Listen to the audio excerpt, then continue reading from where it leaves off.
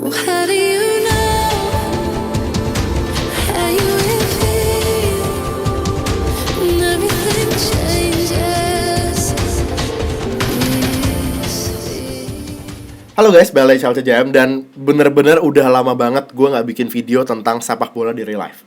Karena gue keseringan main FIFA, keseringan bikin konten FIFA atau PES. Jadinya terakhir gue udah sampai lupa kapan nih gue bikin video-video kayak gini. Jadi untuk video kali ini tentunya ya gue gak bakal main FIFA. Gue gak lanjutin Piemonte, itu bakal lanjut besok atau lusa mungkin. Terus untuk Road to Glory persiapannya juga tidak hari ini. Jadi untuk hari ini gue fokusnya emang mau ngomong aja. Mau ngomong tentang sepak bola di real life, dan lebih spesifik lagi gue ngomong tentang Euro 2020. Karena gue belum sempat bikin video tentang ini waktu itu. Sempat mungkin kesinggung dikit-dikit di video update, tapi ini bener-bener spesifik kita bakal ngomongin soal ini. Gitu ya.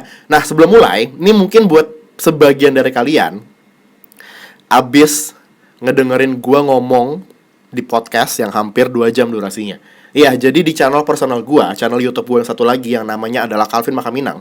Itu gue baru aja ngupload tadi malam, sore atau malam sih gue ngupload ya, sore menjelang malam gue ngupload video yang merupakan series baru atau program baru, podcast. Namanya Makaminang Podcast, dan itu episode pertamanya durasinya hampir 2 jam.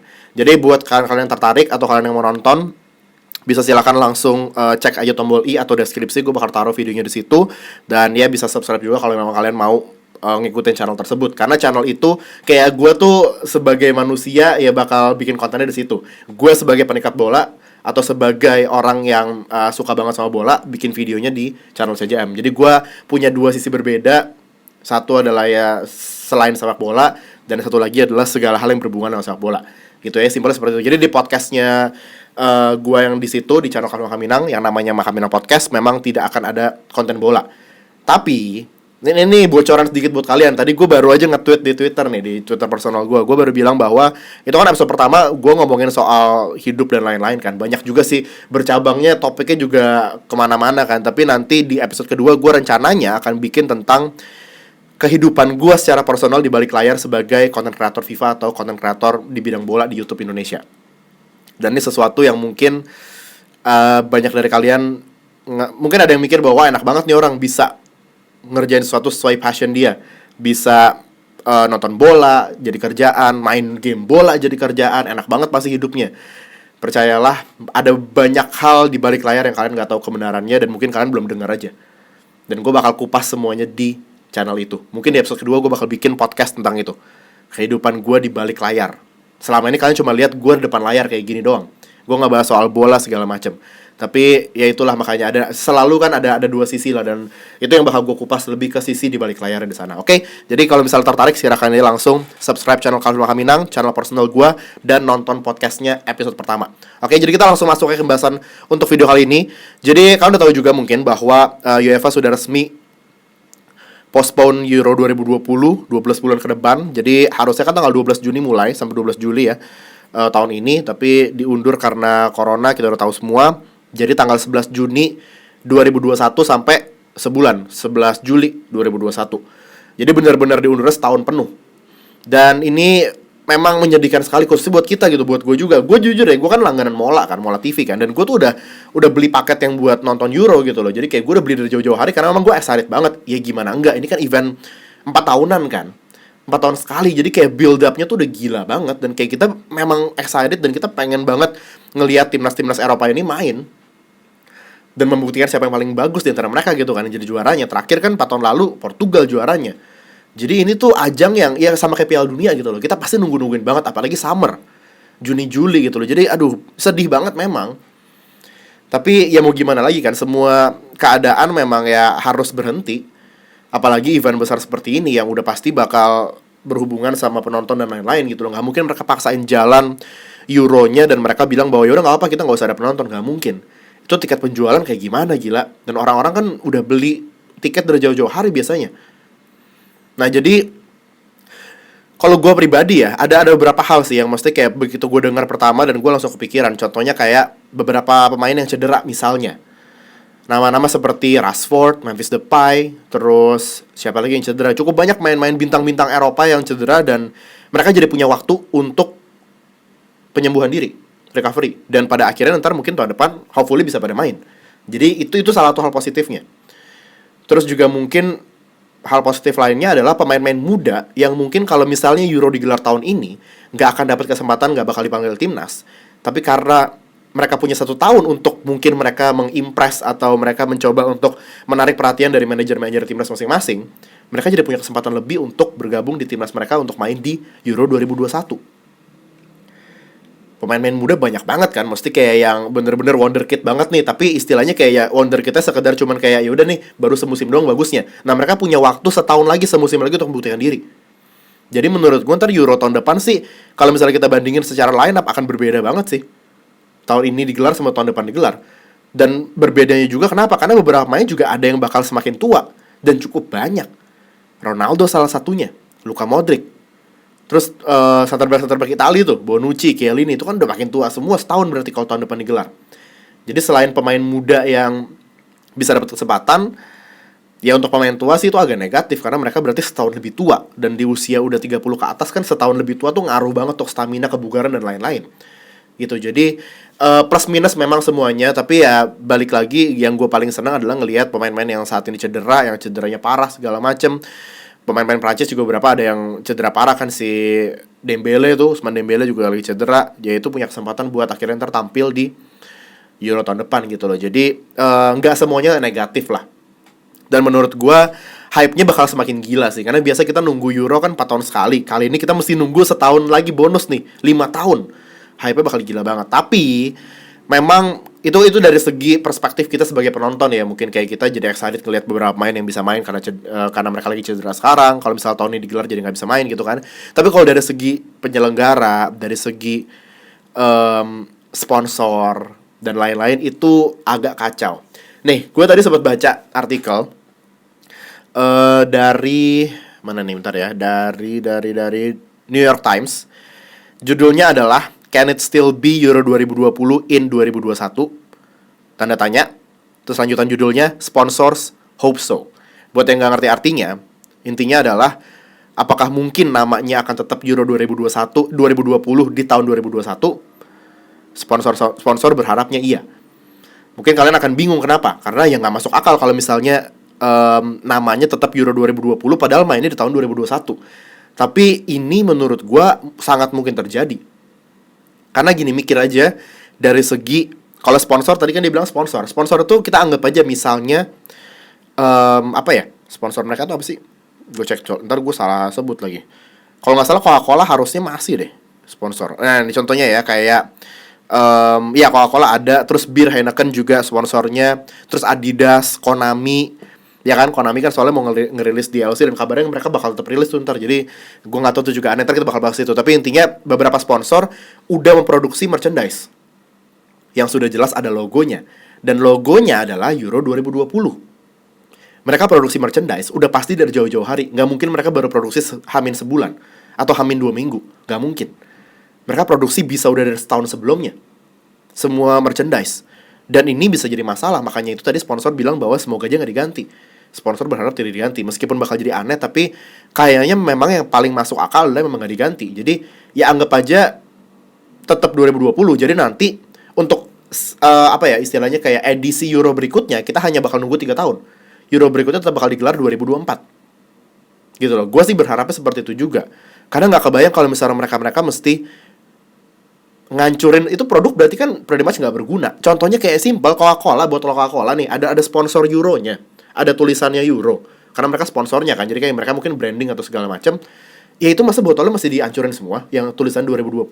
Nggak mungkin ditambal dong, nggak mungkin dicetak ulang segala macam. Harus diganti semuanya.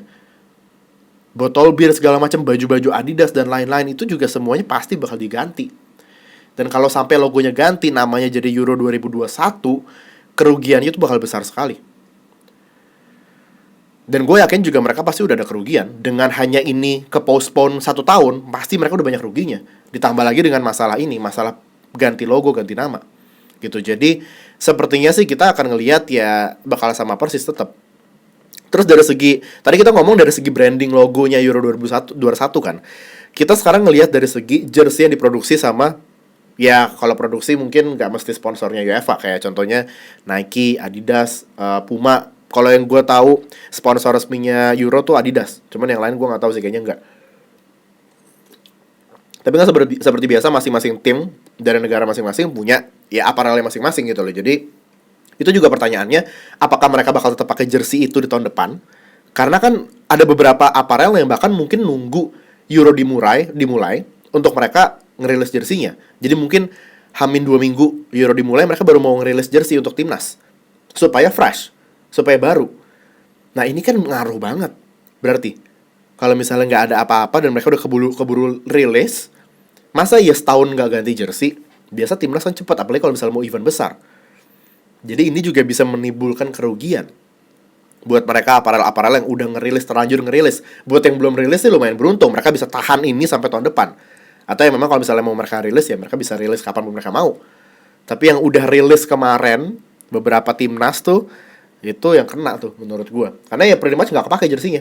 Cuman kepake paling buat friendly doang, sampai ntar baru bener-bener turnamen resminya dimulai di tahun 2021 di musim panas, summer gitu. Terus kalau misalnya ini gue baca-baca artikel juga dari segi tiket, kan tadi gue udah bilang juga bahwa banyak sekali orang yang memang udah belinya dari jauh-jauh hari. Mereka udah merencanakan untuk liburan segala macam dan mereka udah beli tiket. Nah ini semuanya yang gue salut dari UEFA, mereka akan refund.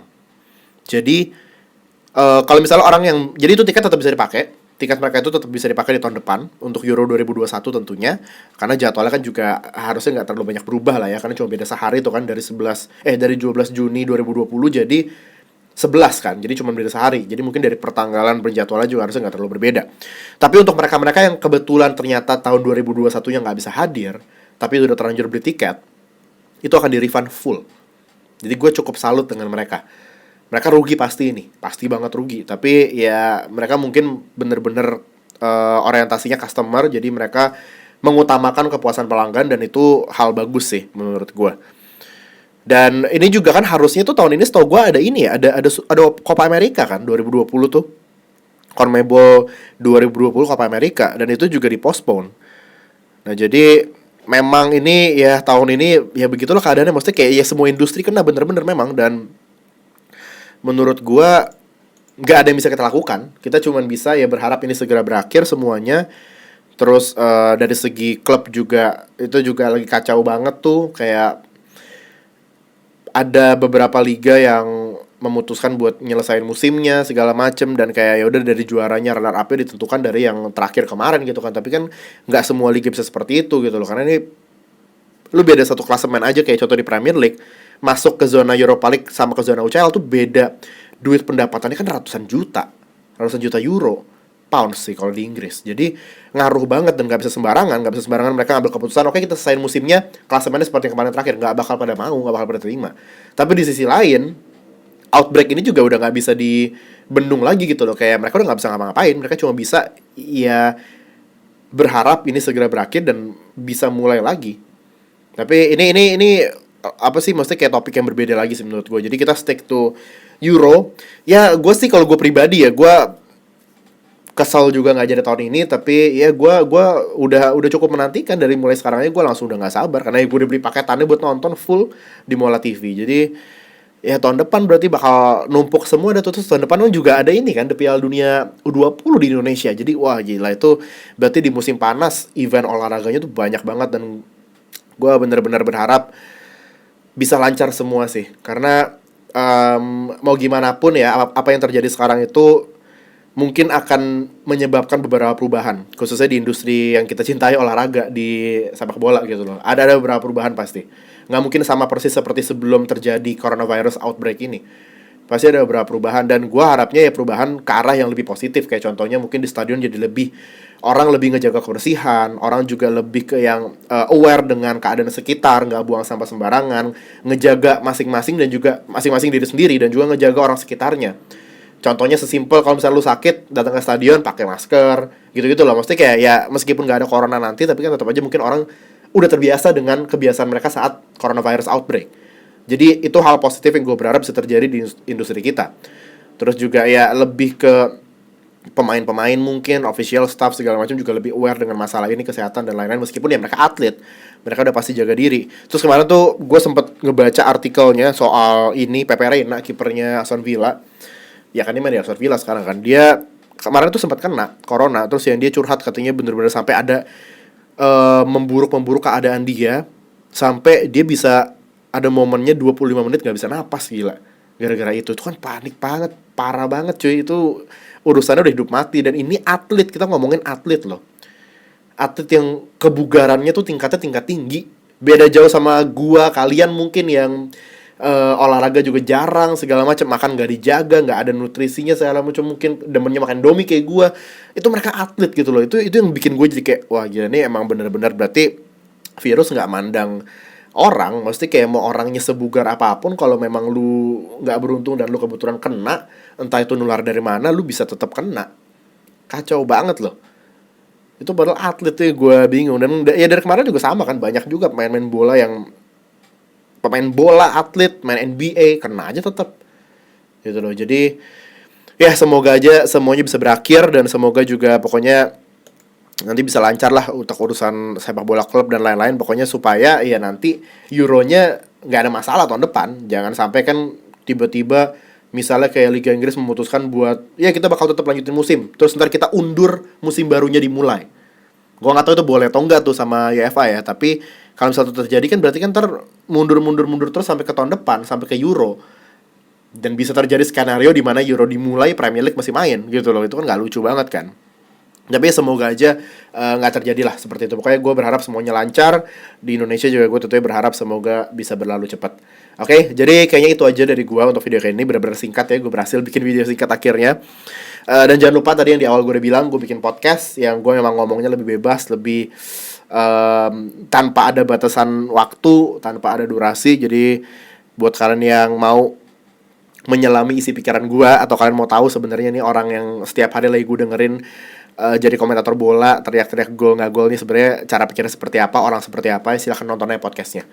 Karena menurut gue kalau misalnya kalian udah bisa menilai orang dari cara pandang mereka, dari cara pikir mereka, itu kalian tuh udah orang-orang hebat, orang-orang pintar berarti. Karena nggak semua orang punya kemampuan itu, kemampuan untuk menilai atau apa ya, bisa tahu kayak oke nih orangnya tipenya seperti apa hanya dari dengerin dia ngomong dan dari ngikutin atau tahu cara pikirnya. Mungkin sebagian bahkan nggak ngerti gue ngomong ini artinya apa, tapi buat kalian yang mengerti, kalian boleh tuh silahkan gabung di channel personal gue. Oke, jadi itu ya dari gue. Mungkin ntar kalau misalnya kalian mau ada topik apa lagi yang gue bahas tentang sepak bola di real life, meskipun saat ini mungkin tidak ada topik sama sekali karena sulit sekali ya, tapi silahkan komen di bawah. Siapa tahu kalian punya ide-ide kreatif yang lebih bagus daripada gue. Dan ya besok kita bakal lanjutin Piemonte, Road to Glory, Inter dan lain-lain seperti biasa. Dan ya jangan lupa, gue ingetin lagi, jaga kesehatan, rajin cuci tangan, jangan keluar rumah, stay at home. Oke? Itu aja dari gua. Thanks for watching. Don't forget to like, subscribe, and I'll see you next time. Bye guys.